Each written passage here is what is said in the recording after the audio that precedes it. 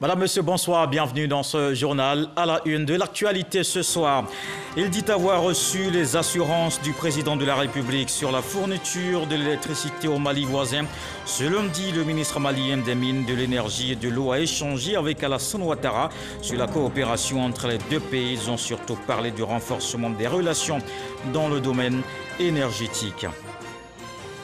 Le Premier ministre chez l'archevêque d'Abidjan, le cardinal Jean-Pierre Cautois, Patrick Kachi, dit répondre à un principe institutionnel, approcher les autorités religieuses afin d'obtenir leur bénédiction pour sa mission. Le chef du gouvernement se réjouit de cette rencontre qui a permis également de faire un point avec cette personnalité de l'Église catholique sur les questions d'actualité. Plus de 1000 milliards de francs CFA déjà investis dans plusieurs projets sociaux et économiques. Un investissement dans le cadre du contrat de désendettement et de développement. Ouverture ce lundi de la 8e revue sectorielle des projets du C2D. Les participants vont faire le point des réalisations et préconiser des mesures. Et puis vous l'avez certainement remarqué, la grande saison des pluies s'annonce. Attention aux inondations. Des travaux en cours au bassin du Génie 2000, à l'Indénié et à la rue Ministre. Le ministre de l'Assainissement et de la Salubrité, Bouaké Fofana, appelle les populations à préserver les ouvrages. Le président de la République, Alassane Ouattara, a reçu ce lundi au palais de la présidence le ministre malien des Mines, de l'Énergie et de l'Eau. Les échanges ont porté sur le renforcement de la coopération entre la Côte d'Ivoire et le Mali, précisément dans le domaine énergétique. Le reportage de Jérôme Kofi Abolin. La question de l'énergie au centre de l'entretien entre le président de la République, Alassane Ouattara, et son hôte du jour, la personnalité reçue par le chef de l'État ivoirien ce lundi au palais présidentiel, est membre du gouvernement du Mali. En tant que ministre malien des Mines, de l'Énergie et de l'Eau, il a indiqué être venu solliciter le soutien de la Côte d'Ivoire à son pays, en proie à un certain nombre de difficultés, notamment en matière énergétique. Mon pays, le Mali, vit aujourd'hui dans un régime de transition qui est confronté à plusieurs défis, parmi lesquels le défi de la crise énergétique. Donc, nous étions venus solliciter l'accompagnement et le soutien de la République sœur des Côtes d'Ivoire pour nous aider à rendre moins difficile cette période de canicule pour le peuple malien en concourant toujours à l'importation que la Côte d'Ivoire nous assure depuis un certain nombre d'années et de façon d'ailleurs très régulière. Et nous avons reçu les assurances de son Excellence, M. Alassane Ouattara, chef de l'État, de tous les soutiens du peuple ivoirien à l'égard du peuple malien pour la résolution de cette crise, et non seulement sur le plan conjoncturel, mais aussi sur le plan structurel. Pour le ministre malien des Mines, de l'Énergie et de l'Eau, sa rencontre avec le président de la République, Alassane Ouattara, s'inscrit dans la droite ligne des relations exemplaires et du renforcement de la coopération entre les deux pays. Le Premier ministre a la bénédiction de l'archevêque d'Abidjan pour mener à bien sa mission. Le cardinal Jean-Pierre Cautois a échangé avec Patrick Kachi, le chef du gouvernement. Pour le chef du gouvernement, c'est une rencontre qui a permis de faire le point de toutes les questions qui touchent à la marche du pays. Didier Nguessan. Le cardinal Jean-Pierre Cautois reçoit à sa résidence le Premier ministre Patrick Kachi. Le chef du gouvernement est accompagné des ministres Anne Ouloto, Dan Paulin et Bruno Koné. Objectif, recevoir les bénédictions pour la réussite de la mission à lui accorder par le chef de l'État à la tête du gouvernement. Cette audience répond d'abord à un principe institutionnel qui veut que lorsque un Premier ministre est nommé, il approche les autorités religieuses pour recueillir leur bénédiction sur sa mission. C'est dans ce cadre-là qu'on rencontre les responsables des principales grandes confessions qui existent dans notre pays. Dans le cadre des échanges que nous avons avec les premiers responsables de ces institutions, on a un aperçu, on a un pool de sentiments qu'il y a dans le pays et ça nous permet d'orienter les actions que nous menons de façon à apporter, conformément à la volonté de son Excellence, Monsieur le Président de la République, la paix, la sérénité et le bien-être. Les échanges entre le clergé de l'Église catholique et son hôte ont également porté sur bien d'autres sujets.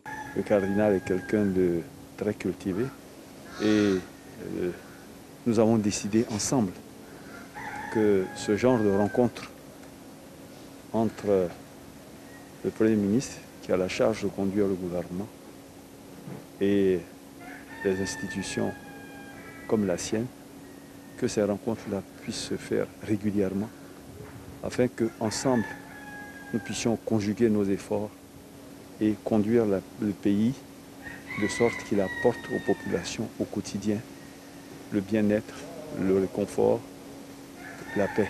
Le Premier ministre et sa délégation sont sortis enrichis de cette audience.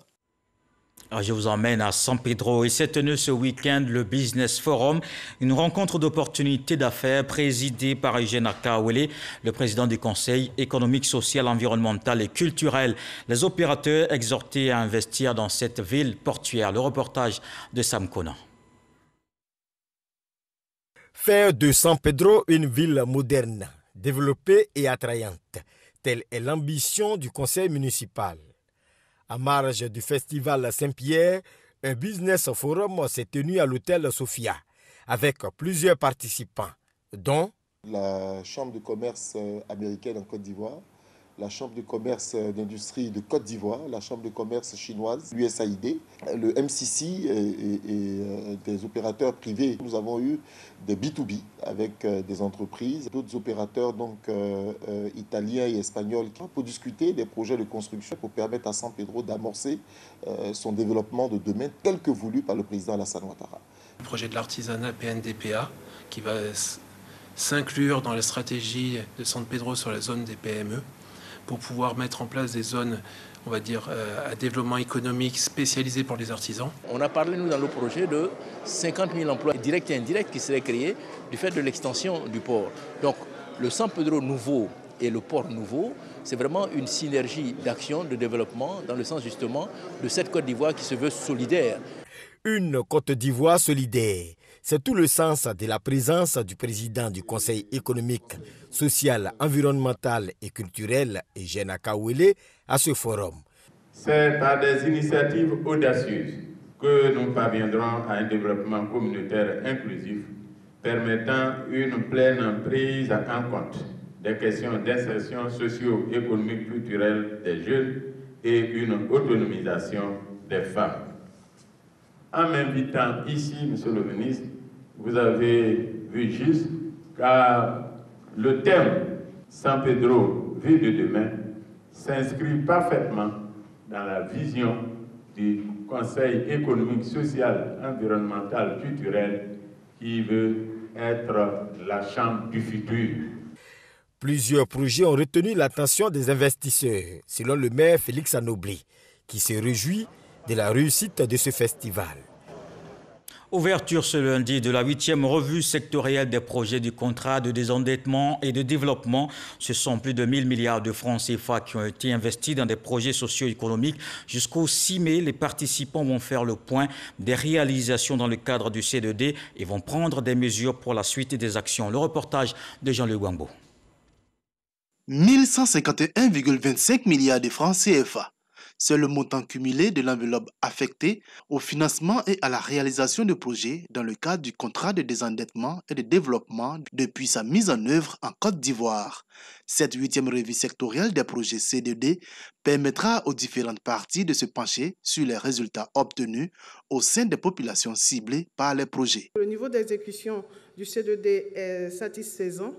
Tous les projets sont quasiment achevés. Nous avons noté les projets qui sont encore en cours, notamment au niveau de la formation professionnelle. Plusieurs réformes ont été financées par le C2D. Le C2D est un outil qui permet de reconvertir la dette ivoirienne vis-à-vis de la France en programme de financement de la lutte contre la pauvreté. Le C2D constitue un marqueur fort, un outil d'action original et puissant du partenariat qui lie nos deux pays. Son ampleur est inédite en Côte d'Ivoire avec un montant de près de 1900 milliards de francs CFA engagés aujourd'hui aux 2 tiers. Tout en passant en revue la mise en œuvre des activités effectuées, les travaux de la revue sectorielle permettront également de définir de nouvelles perspectives. À l'entame du nouveau cycle de planification et de programmation, nous devons réunir toutes les conditions en vue de poursuivre et d'amplifier la dynamique économique des dernières années en prenant en compte les défis actuels. Un troisième CDD est en cours de négociation. Il portera sur un montant de 751 milliards de francs CFA arrimé au Plan national de développement 2021-2025 en cours de finalisation. Il faut également finaliser ces travaux. La grande saison des pluies s'annonce. Le ministre de l'Assainissement, de la Salubrité, Bouaké Fofana, était sur le terrain pour voir les barrages de retenue d'eau du bassin Le Génie 2000 à l'Indénié en passant par la rue Ministre. Il appelle les populations à préserver les ouvrages. Issa Tionayo. Bouaké Fofana est sur le terrain. Objectif, voir les travaux d'assainissement effectués et les chantiers en cours en vue de prévenir d'éventuelles inondations en cas de fortes pluies. Les barrages écrêteurs du quartier Génie 2000 à la rivière Palmegrin et de Bonoumé. Les travaux de la rue Ministre et le bassin de l'Indénié sont passés au peigne fin. Que la saison des pluies a quasiment commencé. C'est une période sensible pour nous. Parce qu'il faut éviter les inondations, il faut éviter les dégâts des eaux. C'est pour cela que j'ai fait cette visite aujourd'hui. On a visité donc les barrages. Certains sont terminés, d'autres sont en projet. Ce qui est rassurant, c'est que nous avons un schéma directeur. Nous avons un plan d'assainissement et de drainage de la ville d'Abidjan. Il s'agit maintenant de traduire ce plan en projet individuel. Et c'est quand nous aurons réalisé tous ces projets-là que nous aurons réglé de façon durable les questions de drainage et d'assainissement. À Angré 7e tranche, le ministre Bouaké Fofana constate des constructions anarchiques susceptibles d'entraver la fluidité des eaux de ruissellement en cas de pluie. Ce bâtiment, le ministère a écrit au propriétaire pour arrêter les travaux. Vous voyez bien qu'il y a une différence entre les premières briques en haut. Tout ce que vous voyez, les deux niveaux en haut ont été ajoutés après qu'il ait reçu un courrier lui demandant d'arrêter les travaux. Il n'a pas respecté. Les gens qui habiteraient ici seraient en danger. C'est des choses que nous allons porter à la connaissance du gouvernement, porter également à la connaissance des populations. Autre difficulté pouvant entraîner des inondations, les objets durables qui se retrouvent dans ces bassins en cas de fortes averses. Les populations sont appelées à adopter un comportement citoyen. Cette visite a été l'occasion pour le ministre Bouaké Fofana de prendre toutes les dispositions afin de minimiser les risques d'inondation en cette période de pluie qui s'annonce. Le ministre de la Communication, des médias et de la francophonie était également en visite de travail dans 2 médias de service public. Amadou Koulibaly était ce lundi à l'agence ivoirienne de presse et à la RTI. Le directeur général de la RTI, Fosseni Dambélé, a présenté le plan stratégique de développement de la chaîne. Amadou Koulibaly s'est entretenu avec les responsables et le personnel avant de décliner ses orientations. Jamak Djadji. Le nouveau ministre de la Communication et des médias, Amadou Koulibaly, dans les locaux de l'agence ivoirienne de presse AIP. Pour la première visite officielle du ministre dans ce média du service public, la directrice de l'AIP, Barissana Oumou, a énuméré au cours d'un entretien solennel les préoccupations de ses agents. Le ministre Amadou Koulibaly a, en retour, rassuré la direction et félicité le personnel de l'AIP pour la qualité de son travail. Cap sur la maison de la télévision à Cocody. Ici, c'est le conseil d'administration, la direction générale et le personnel de la radiodiffusion-télévision ivoirienne, RTI, qui accueillent dans la cordialité le ministre Amadou Koulibaly. Lors d'une réunion officielle, le directeur général Fosseni Dambélé et Aka Saï Lazare, président du conseil d'administration, ont rappelé les défis de la RTI dans ce nouvel environnement concurrentiel et se sont dit confiants pour l'avenir. Après des décennies de fonctionnement en situation de monopole, la RTI est aujourd'hui face à la concurrence des médias privés. Elle fait également face aux défis de l'évolution technologique, de l'information et de la communication qui lui imposent de nouveaux investissements et l'adaptation de l'offre éditoriale aux besoins d'un public de plus en plus varié et exigeant. Le bilan de l'année 2020 et celui des premiers mois de 2021 nous donnent, Monsieur le ministre, des raisons d'être optimistes. Nul doute que vos orientations nous permettront non seulement de peaufiner les sentiers déjà entamés sous votre illustre prédécesseur, mais aussi et surtout de mieux cerner le champ des défis qui sous-tendent l'évolution de notre groupe. Après une séance de travail avec les équipes rédactionnelles et une visite des installations techniques de la télévision, le ministre Amadou Coulibaly fait le bilan de ces visites. Cet effort de l'État va se poursuivre aussi au niveau de la modernisation de ces différentes structures. En ce qui concerne la RTI, avec l'ouverture de l'espace audiovisuel, elle aura une forte concurrence. Nous avons assuré la RTI du soutien de l'État. Le nouveau ministre de la Communication, Amadou Coulibaly, s'engage à créer un cadre favorable pour le développement des médias en Côte d'Ivoire. Et dans le domaine de la santé, il faut se mobiliser dans la lutte contre la Covid-19. Cette pandémie n'est pas encore terminée.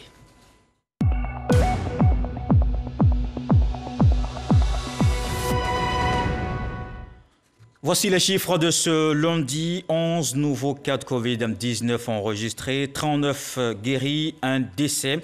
La Côte d'Ivoire compte donc 45 863 cas confirmés, 45 413 personnes guéries, 283 décès, 167 cas actifs. Total des personnes vaccinées au 25 avril, 119 663. Et globalement, la vaccination s'accélère dans le monde. Depuis samedi, plus d'1 milliard de doses de vaccins administrées. Plus de la moitié d'entre elles, 58%, ont été injectées aux États-Unis, en Chine et en Inde. Mais au regard de sa population, c'est Israël qui arrive en tête. Près de 6 Israéliens sur 10 étant déjà complètement vaccinés. Face à la poussée spectaculaire de l'épidémie en Inde, l'Union européenne a promis de fournir une assistance via son mécanisme européen de protection civile. On s'intéresse à présent à une autre maladie. Hier, c'était la journée mondiale de lutte contre le paludisme. Cette année, l'OMS célèbre les réalisations des pays qui s'approchent de l'objectif zéro palud. C'est le cas de la Côte d'Ivoire qui a célébré l'événement dans le Lodibois. Patricia Omouitia. La 14e édition de la Journée mondiale de lutte contre le paludisme est célébrée ici dans la région sanitaire du Lodibois. La Côte d'Ivoire continue de renforcer sa stratégie dans la lutte contre le paludisme avec plus de 55 milliards de francs CFA pour lutter contre la maladie. Ici en Côte d'Ivoire, le nombre de décès liés au paludisme a diminué de la moitié depuis seulement 2016. Malgré les progrès, le paludisme demeure chez les enfants de moins de 5 ans la première cause de consultation médicale et la 3e cause de mortalité. Malgré les difficultés posées par la pandémie de la Covid-19, plusieurs pays, notamment la Côte d'Ivoire, ont fait des progrès dans leur combat pour éliminer le paludisme. Cette campagne qui a débuté en mars 2021 par la phase de dénombrement aura lieu dans les 113 districts sanitaires avec la distribution en poste fixe de plus de 19 millions de moustiquaires. Les moustiquaires qui seront distribués seront imprégnés d'insecticides adaptés et efficaces pour les moustiques. La moustiquaire imprégnée d'insecticides longue durée d'action, en abrégé MILDA, est le principal moyen de prévention contre les piqûres de moustiques responsables du paludisme et continue d'être distribué gratuitement en campagne et en routine aux femmes enceintes et aux enfants de moins de 5 ans. Également au programme, distribution de moustiquaires imprégnés et sensibilisation. En marge de cette journée, plus de 50 personnes se sont faites vacciner contre la Covid-19. Selon l'Organisation mondiale de la santé, la crise sanitaire de la maladie à coronavirus a monopolisé l'attention mondiale, faisant craindre un relâchement des efforts contre le paludisme. Des efforts récompensés ici par le ministre de la Santé qui a primé les meilleurs agents de santé dans la lutte contre le paludisme.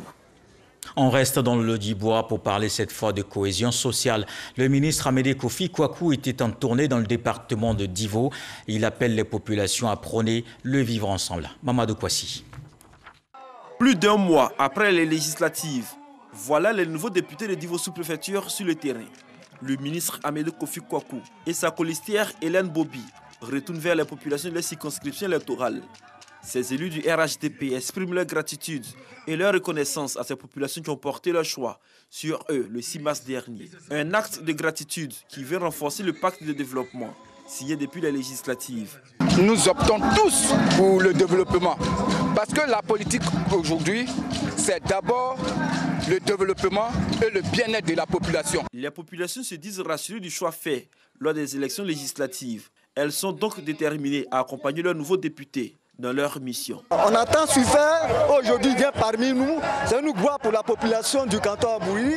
C'est ce qu'on recherchait depuis lors. Aujourd'hui il est là, on voit aujourd'hui les réalités. Moi je suis précisément de Kberedi, on avait un problème de maison de notre infirmier et il est venu automatiquement, il est venu nous aider. Donc pour cela, on est très avec lui. Plusieurs villages et campements ont été visités par le ministre Amadou Kofi Kwaku et son équipe. De Ketasso dans la sous-préfecture de Chepo à Dumbaro dans la sous-préfecture de Divo, en passant par Kazo dans le canton Abouyeri. Les députés RHDP de Divo sous-préfecture ont salué le bon déroulement des législatives et surtout le climat de paix qui a prévalu lors de cette période.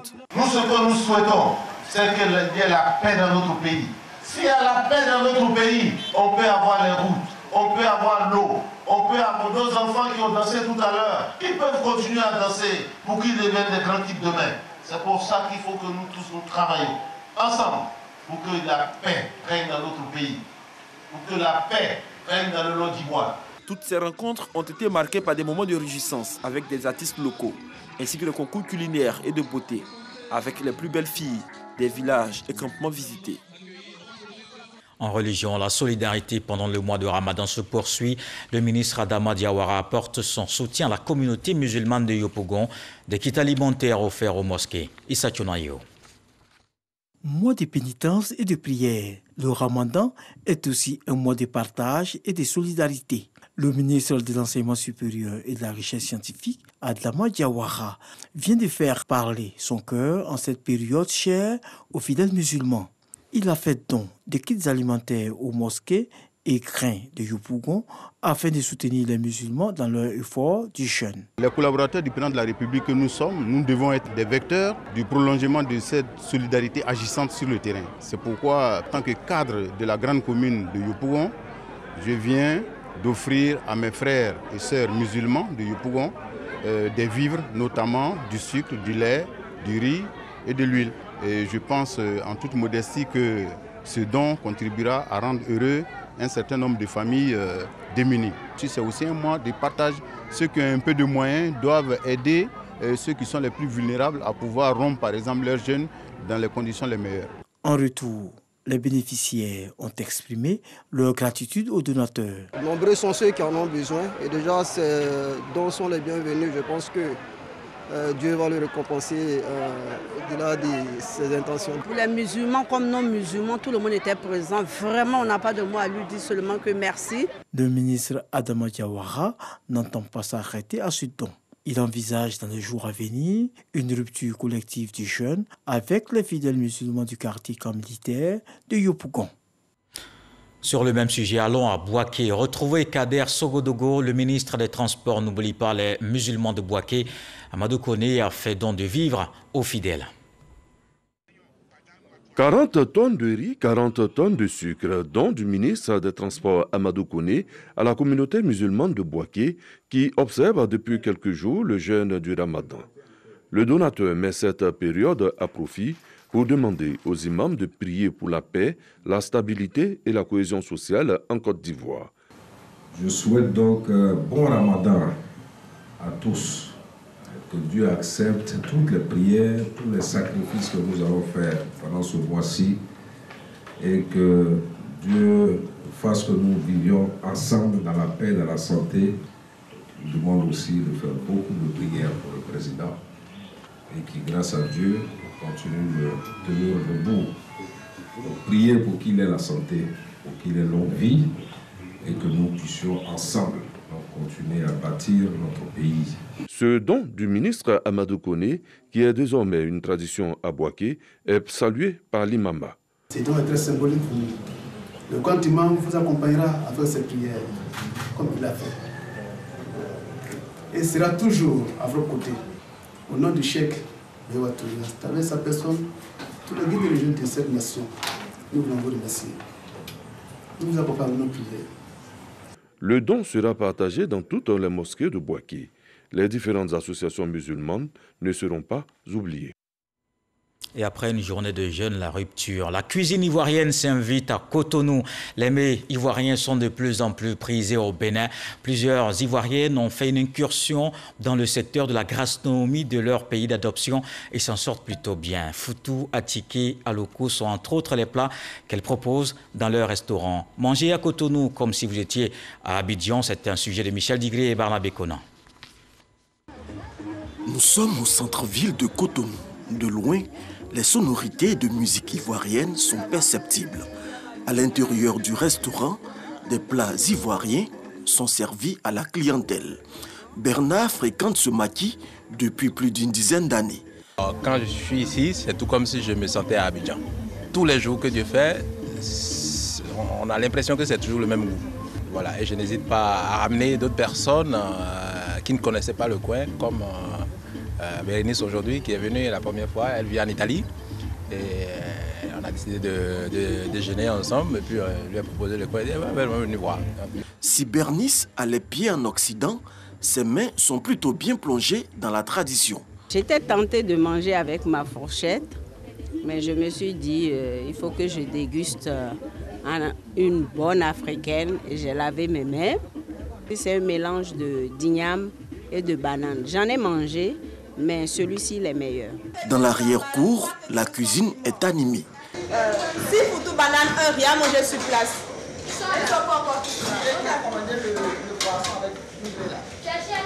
Les commandes sont lancées au fur et à mesure que la clientèle s'installe.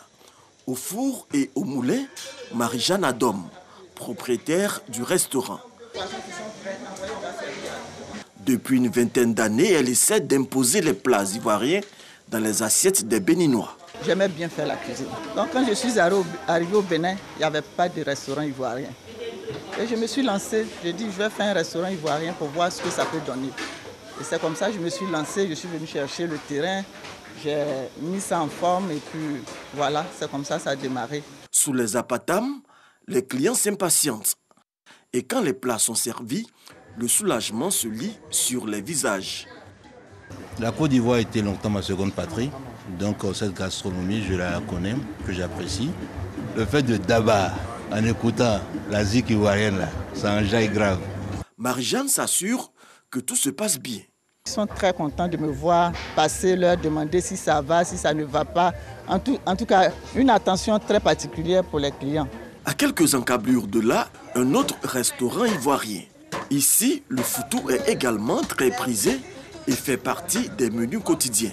On vend foutou banane, foutou igname, du riz, sauce aux graines, aubergines, arachides, agoutis, poisson, viande de bœuf, poulet. La création de la gare routière à côté du restaurant a fait grimper les chiffres d'affaires. Un peu, on a commencé dans un coin, un peu. Les clients venaient, par fini. Dieu merci, on est arrivé avec et tout a évolué. C'est dans cette bâtisse que les plats sont servis. À une vingtaine de mètres de là, la fille de Dame Kouadio tient un étal en attendant des lendemains meilleurs. J'ai commencé avec la vie un peu. Jusqu'à j'ai eu pour moi maintenant. C'est toujours quand il place là, je vais faire un restaurant plus grand que ça et puis je serai reconnu partout. Être reconnu dans tout Cotonou et même au-delà des frontières du pays, ces braves dames sont aujourd'hui les ambassadrices de la cuisine ivoirienne et font la fierté du drapeau national dans le milieu de la gastronomie béninoise. Dans le reste de l'actualité, au Tchad, Albert Pahemi Padeke, dernier Premier ministre d'Idriss Déby Itno, a été nommé ce lundi chef du gouvernement de transition. Il avait occupé les fonctions de Premier ministre de 2016 à 2018, date à laquelle le maréchal a fait supprimer ce poste. Albert Pahemi sera à la tête, selon la charte, d'un gouvernement de transition dont les membres seront nommés et révoqués par Mahamat Idriss Déby, le nouveau dirigeant du Tchad. Et juste après ce journal, vous aurez votre magazine d'information gouvernementale, La Côte d'Ivoire en marche, sur les retombées des ressources minières. L'émission parle aussi de l'orpaillage clandestin et les actions du gouvernement pour lutter contre le phénomène. Magazine présenté par Delphine Blas et réalisé par Cissé Images. Voilà qui met un terme à ce journal. Merci de l'avoir suivi. Retour de l'actualité, 23h avec Marine Cognan. Ce soir, le sage nous apprend que quand l'arête de poisson est fixée entre les dents, La langue ne connaît pas de repos. Dieu le voulant, on se retrouve demain.